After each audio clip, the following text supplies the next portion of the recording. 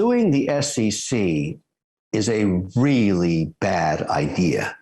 It virtually never works. They have unlimited resources. It's a bravado thing to do, and I'm sure others in the industry are applauding this, but the outcome is never good because they don't like getting sued, and they have tremendous powers to avoid being embarrassed. And trying to embarrass the regulator into submission, well, Pomp, that just doesn't work. And so this is not the path of least resistance. And I do not want to, comment on what they're attempting to do, other than saying, from my point of view, this is a personal opinion, it borders on insanity. It's not a good playbook. And I think if I were on that board, I would be pretty noisy in the boardroom about this. Is Bitcoin going to face more pain? And will the investors have to face more downfall in the market before things get better? Kevin O'Leary is back in another interview with insights about the crypto market and Bitcoin. Find out more about the recent news by hitting the subscribe button and give this video a thumbs up. Now let's dive into this. Kevin O'Leary is a famous Canadian businessman and economist, very well known for his appearance on financial shows and on CNBC. He has only recently appeared in many interviews with his insights on the recent crypto and Bitcoin scenario and has been guiding the investors towards their next investment strategies. O'Leary is a strong believer against leveraged investments in volatile assets and has warned people multiple times. He thinks everyone who has been taking out loans to invest in these coins is on the wrong path and needs to back off. Let's see some of his insights over these views. He talked about the Bitcoin proxy and how initially when people were mining, the shares would fluctuate with the Bitcoin rates. Companies that were mining Bitcoin with exceeding carbon credits bargained against Amazon shares, considering they plant trees and that's a fair trade. But now, every company that has been taking heavy leverages for Bitcoin mining is likely to announce bankruptcy in the next few months. They are using Bitcoin returns to build facilities, but they don't realize that they're investing borrowed money with interest rates while also investing in a volatile asset.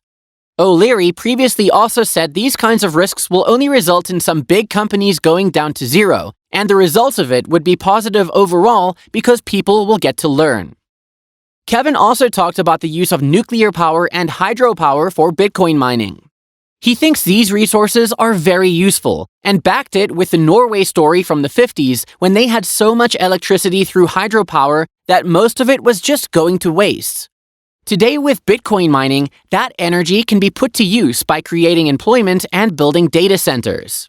He added that in New York, all the energy from the Niagara Falls is going to waste because the government refuses to let any Bitcoin miners work there and has chased all the capital out.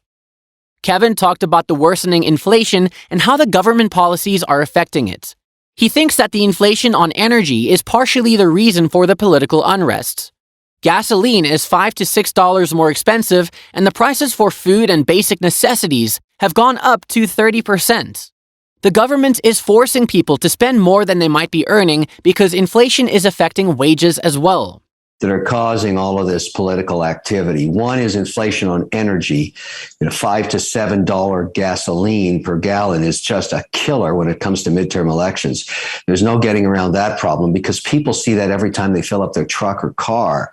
And then, of course, protein. The food supply chain in the U.S. from chicken on down is up between 30 and 48%. So food and energy are very political in nature because you're forcing families to spend so much more of what they make on things that they never had to worry about. Now they do, heating their homes and just feeding their families. And so it's very difficult to reverse the mistakes made in energy. Let's start there. Canceling the XL pipeline, canceling leaseholds on federal land, shutting down offshore development, canceling the activity that was going on in Alaska, which was very prolific in terms of providing gas and oil. There is no wage increment, and the usual pay rate is no longer enough to make ends meet.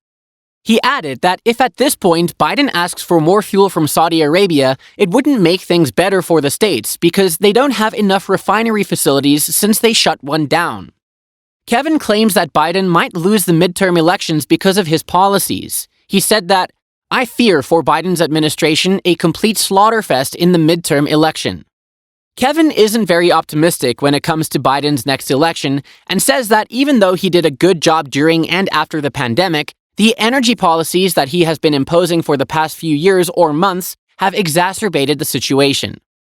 For the past few months, Kevin has been vocal about his views on imposing policy on stablecoins.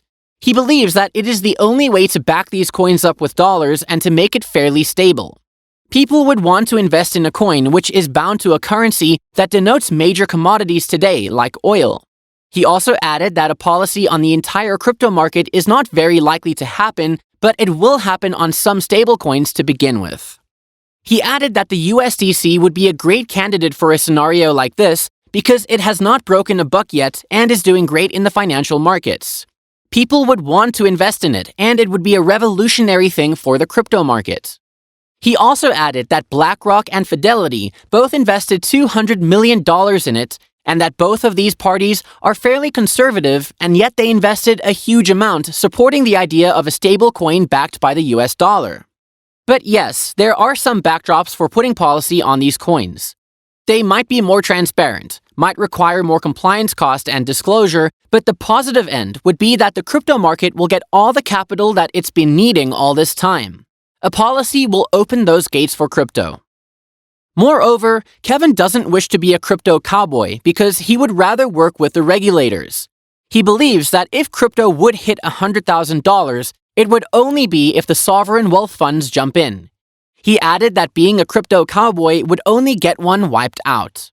He mentioned this earlier as well in another interview that he does not plan on investing too much of his savings or earnings on crypto. He encourages people to invest, but not more than 5% of their money, or invest the amount that they are okay with losing if things go down the hill. Now, the ultimate question is it the right time to invest in the crypto markets? Are we already at the bottom? Well, a minor example would be that of Bitcoin. Currently, the coin is trading at around $20,000 and has dropped from $65,000. Most economists and experts predict the coin falling even further down, maybe to $10,000 or even $8,000. Kevin believes that whatever assets or token that it might be in the crypto market, it has not yet hit the bottom.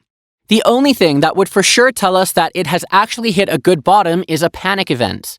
He has previously mentioned that some big guy being reduced to zero would be the market's bouncing point. At this point, there have been many bankruptcies when it comes to crypto because people who invested when the coin was trading as high as $65,000 are now facing great devaluation of their money. It is not certain when the coin would start recovering, and so people have lifted their coins at huge losses. But all these events aren't as big or as significant to cause chaos and panic in the market with massive capitulation, mass selling, and high volatility. Someone with high leverage and interest rates has to go down to zero and lose all of it for the market to actually learn. People who have faced losses at this point aren't as meaningful to the market because this is something they have never faced before in a financial market and the risk levels were completely unknown. Kevin knows that this tragic event is going to be soon, and it's going to be someone big who is borrowing way too much cash, and it is not going to be a pretty picture. But it will be a great learning experience for all the investors, shareholders, and the trading world. Now, if this isn't the right time to invest, then when would it be, and what strategy should we go ahead with? Kevin answered that we don't know when we'll hit bottom for sure, but things are already pretty low in almost every market, which is why he is currently investing in equities. Even though they are still relatively expensive, and the inflation is making things worse for small businesses, he still believes that equities are a safer haven than Bitcoin or crypto. If at this point the coin drops down a further $5,000 or more and hits $15,000, then it might be a good time to invest because people would start panic selling in the fear of the coin dropping down even further. Finally, Kevin emphasized on the fact that he does not use borrowed money. I don't use any leverage in crypto, zero leverage. He believes that crypto isn't yet the asset that you should take loans for because it still needs policy and needs to be regulated to be trusted enough with loaned money. At this point, if the coins did reduce to zero, Kevin won't be wiped out because he is playing it safe. There are many bulls and bears in the market currently taking up heavy loans to invest in Bitcoin. Michael Saylor, the CEO of MicroStrategy, has been taking heavy loans to invest in Bitcoin because he believes that now is the right time to invest. Even though the coin might still drop further, it is still relatively low and is encouraging Saylor to invest. Now tell us, do you think it is a reasonable choice to invest in crypto with leveraged money? Let us know in the comment section below if you agree with Kevin O'Leary, and make sure that you like, subscribe, and share this video. Thanks for taking the time to watch, and we'll catch you in the next one.